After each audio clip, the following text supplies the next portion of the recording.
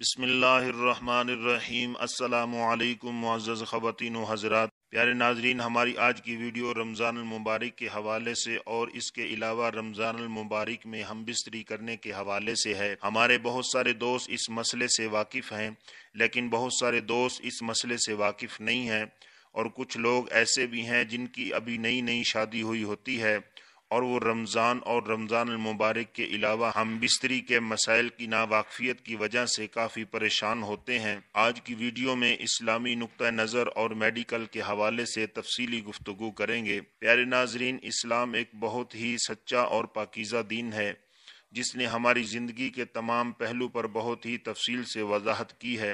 میاں بیوی کا رشتہ ایک بہت ہی خوبصورت اور پاکیزہ رشتہ ہے، اور اس رشتے کو صحیح طریقے سے گزارنے کا علم ہونا بھی بہت ضروری ہے۔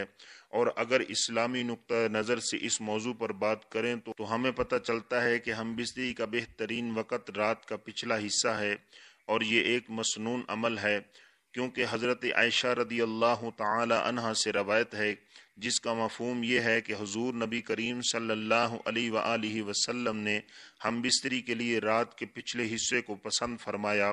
تو اس سے یہ بات ثابت ہوتی ہے کہ ہم بستری کے لیے بہترین وقت رات کا پچھلا حصہ ہے۔ اور اگر ہم رمضان المبارک کے حوالے سے بات کریں تو دن کو روزے کی حالت میں بیوی سے ہم بستری کرنا جائز نہیں ہے، اس لیے رمضان المبارک میں بیوی سے ہم بستری کرنے کا بہترین وقت رات کا پچھلا حصہ ہے۔ پہلے حصے میں بھی منع نہیں کیا گیا، لیکن پچھلا حصہ زیادہ بہتر ہے، اور اس کی ایک وجہ یہ بھی ہے کہ رات کے پچھلے حصے میں میاں بیوی ہم بستری کرنے والے رات کے تھوڑا حصے میں ناپاک رہتے ہیں، اور اگر رات کے پہلے حصے میں ہم بستری کر لی جائے تو پوری رات ناپاکی میں گزارنا پڑتی ہے۔ اور اگر ہم طبی ماہرین کے حوالے سے اس موضوع پر بات کریں تو رات کے پہلے حصے میں ہم بستری نہیں کرنی چاہیے، کیونکہ کھانا کھانے کے بعد جب تک کھانا پوری طرح ہضم نہ ہو چکا ہو ہم بستری نہیں کرنی چاہیے۔ تو میرے پیارے ناظرین، یہ تھی چھوٹی سی ویڈیو۔ ہم امید کرتے ہیں کہ آپ کو یہ ویڈیو بہت پسند آئی ہوگی۔ ملتے ہیں ایک نئی ویڈیو کے ساتھ، تب تک کے لیے اللہ حافظ۔ السلام علیکم۔